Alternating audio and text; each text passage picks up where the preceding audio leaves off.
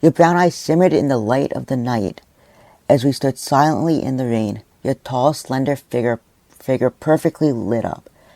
And my mind started to wander and picture a life with you in it. We'd have the perfect story, the perfect love life. And it'd be you and me, and we'd say, we met on the streets of Toronto one rainy night. Under the midnight blue sky, you smiled my way. Two strangers standing, waiting for the bus. And as you did so, I took a chance and said, hi, starting a conversation with hesitation from you, but we both saw sparks flying as we stood in that rain. It could have been fake, for it was April Fool's, but turned out not, which was real cool. So I asked for your number, and it took a second, but you gave it to me, putting your contact as Mystery Girl. You told me to text you to see what's up, and if things went good, I'd get your name. It was a cat and mouse game, but I did not mind, because this was exciting, and this was new. With curiosity to know you and questions flooding my mind, I wanted to know who you were and if, maybe you'd like me too. A few days later, we met again, just a casual hang, and we played some ball.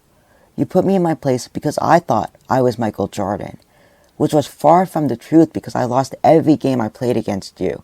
But we laughed and joked and had a great time. And this was the start of something new. Fast forward a few weeks, I would win you over, which made sense because Virgos and Scorpios go great together. The love was intense, crazy, and passionate. We were on cloud 9 and unstoppable. We went on adventures to new places to see, with a few rooftops and hikes in the mix. It was great, as we never fought and always stood on the same page with nothing but love for one another. I was your Bolton and you were my Gabriella, even though you ended up being both because you rocked Kobe's on the court and was the team captain, and appeared on the honor roll for your studies.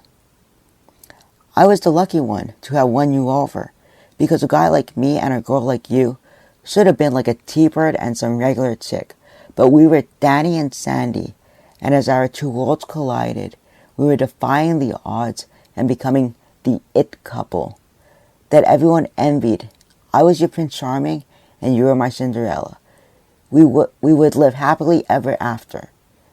But as those thoughts came rushing in, the bus did too. So at the end of the day, us never happened. And you stayed a fiction of my imagination as I created the person I wanted to see. The person that wasn't you. Or maybe it was. We'll never know. Because we stood in silence on that rainy night, and I couldn't build up the courage to go say hi. So it ended up being just another daydream that was too good to be true. And maybe we would have worked, but maybe we would have gone up in flames. We'll never know. But one thing I know is that nobody's perfect, and no relationship is too. It would have been a perfectly imperfect one instead of a perfectly perfect one. Because at the end of the day, people are always changing and growing. So the perfect relationship doesn't exist. Because a real relationship isn't perfect, and a perfect relationship isn't real.